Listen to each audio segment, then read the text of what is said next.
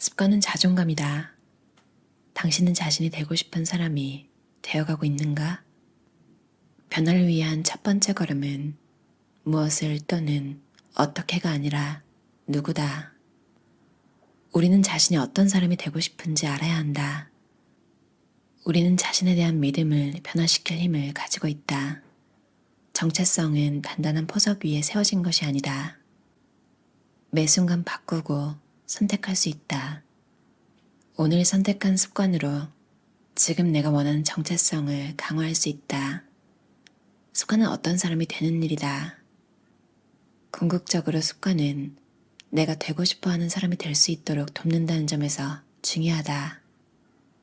습관은 자신에 대한 가장 깊은 믿음을 개발하는 최고의 수단이다. 말 그대로 나 자신이 습관이 되는 것이다. 습관을 변화시키는 가장 효율적인 방법은 얻고 싶은 결과가 아니라 되고 싶은 사람에 초점을 맞추는 것이다. 정체성은 습관으로 만들어진다. 모든 행동은 자신이 되고자 하는 사람에 관한 증거가 된다. 자신이 원하는 사람이 되려면 자신의 믿음을 끊임없이 편집하고 자신의 정체성을 수정하고 확장해야만 한다. 습관이 중요한 진짜 이유는 더 나은 결과를 얻어낼 수 있어서가 아니라 스스로에 대한 믿음을 변화시킬 수 있기 때문이다. 습관이란 자동적으로 실행하게 될 때까지 여러 번 반복한 행동이다. 습관은 시행착오를 겪으며 형성된다. 습관은 엄청나게 유용하다. 뭔가를 의식하는 과정은 뇌의 병목 현상을 일으키기 때문이다. 의식은 한 번에 한 가지 문제에만 집중할 수 있다. 뇌는 늘 가장 본질적인 작업에 의식적으로 주의를 기울인다. 습관은 자유를 제한하지 않는다. 오히려 만들어준다. 실제로 습관을 다루지 못할수록 자유가 줄어들기도 한다. 예를 들어 좋은 경제적 습관을 들이지 못했다면 늘 다음에 쓸 돈 때문에 시달린다.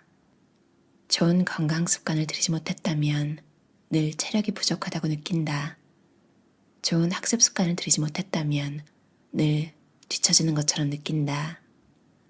언제 운동을 할지, 어디서 글을 쓸지, 언제 참고서를 지불할지 등 간단한 일들을 결정하는데 늘 쫓긴다면 자유롭게 쓸 시간이 줄어든다. 자유롭게 생각하고 창조성을 발휘할 정신적 여유를 만들어낼 수 있느냐는 삶의 기본적인 일들을 더 쉽게 만드는 데 달려있다.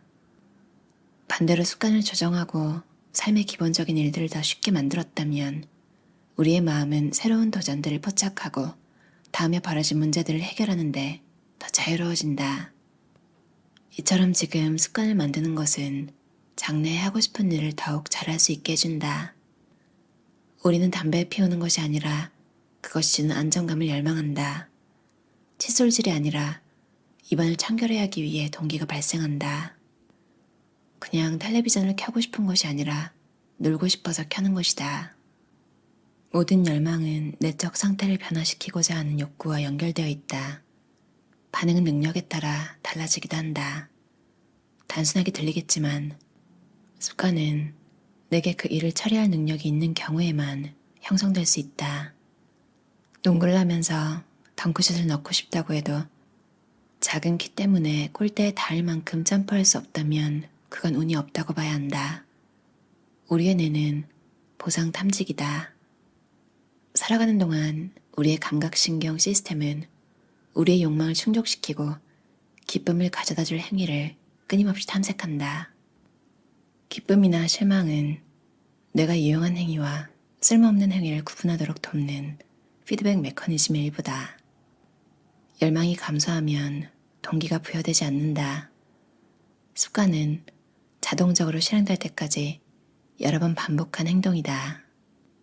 습관의 궁극적인 목적은 작은 에너지와 노력으로 인생의 문제들을 해결하는 것이다. 행동 변화의 4가지 법칙은 더 나은 습관을 만드는데 이용할 수 있는 규칙이다. 첫째, 분명하게 만들어라. 둘째, 매력적으로 만들어라. 셋째, 하기 쉽게 만들어라. 넷째, 만족스럽게 만들어라. 분명해야 달라진다. 인생은 생각하는 만큼 바뀐다. 자신이 원하는 정체성을 강화시키는 습관은 되게 좋은 것이다. 반대로 자신이 원하는 정체성과 마찰을 일으키는 습관은 되게 나쁜 것이다. 해야 할 일 목록을 작성하고 이를 기억하고 있기만 해도 이 접근법은 꽤나 유용하다. 그저 이렇게 소리 높여 말하라. 내일 나는 점심을 먹고 우체국에 가야 해. 그러면 실제로 그 일을 할 가능성이 커진다. 행동에 대한 필요를 스스로 인식하면 모든 것이 달라질 수 있다. 행동 변화는 늘 인식에서 시작된다. 행동 변화의 첫 번째 법칙은 분명하게 만들어라다. 습관은 모두 어떤 신호에 의해 시작된다. 기타를 보이지 않는 곳에 넣어두면 연습하지 않게 된다. 손님방 한 구석에 있는 책장에 책을 꽂아두면 책을 읽지 않게 된다. 찬장의 맨 위쪽에 비타민통을 넣어두면 비타민을 먹지 않게 된다. 나 역시 눈에 띄는 신호가 일으키는 힘을 경험했다.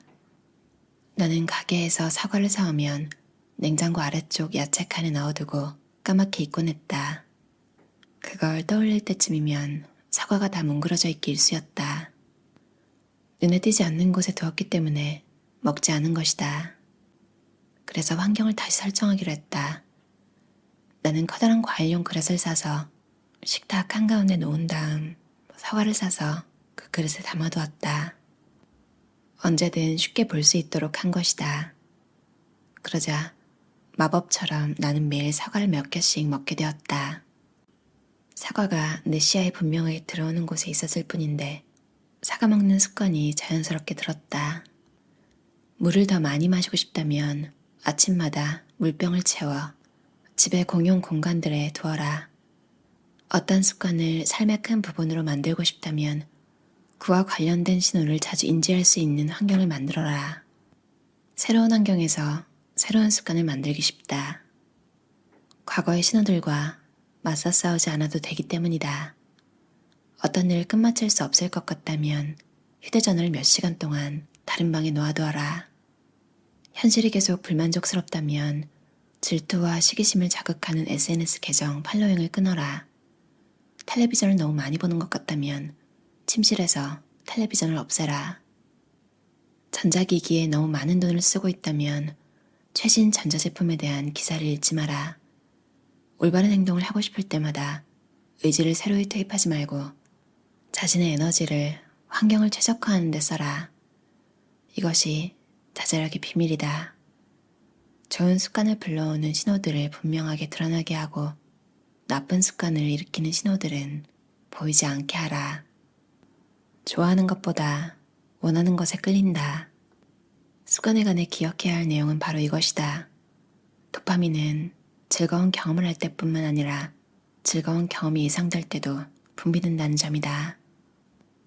도박 중독자들은 도박에서 돈을 따누가 아니라 베팅을 하기 직전에 도파민이 분비된다.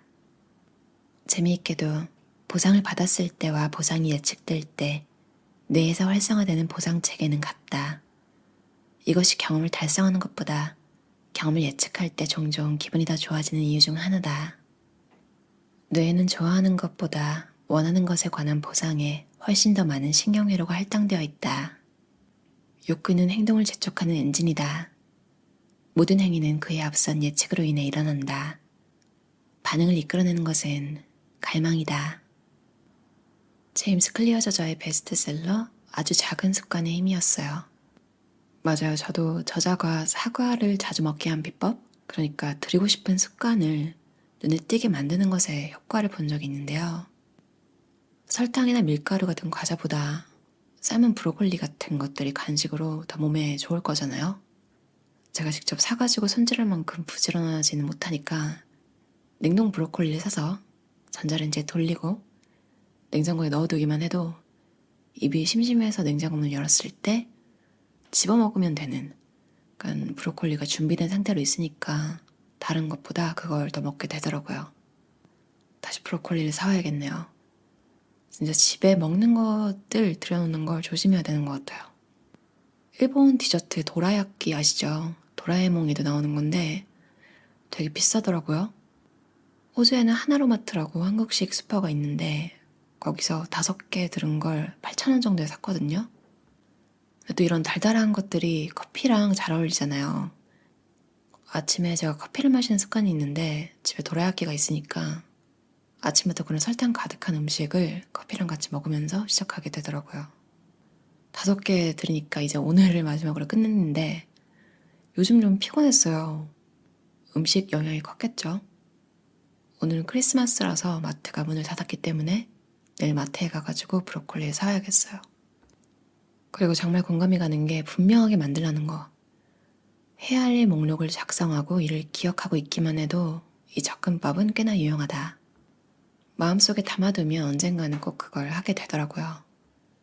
이왕이면 막 생각한 것보다 시간 내가지고 차분히 작성한 목록을 보면 내가 원하는 방향으로 생각하기가 더 쉽겠죠. 뭔가를 하려고 하면 그것에 대한 해결책을 찾게 되잖아요. 시간이 걸리더라도. 그것과 관련된 것이 주변에 보이면 더 적극적으로 찾게 되고, 오늘은 저도 2024년에 이루고 싶은 것들의 목록을 적으면서 하루를 보내려고요. 다들 행복한 크리스마스 보내세요.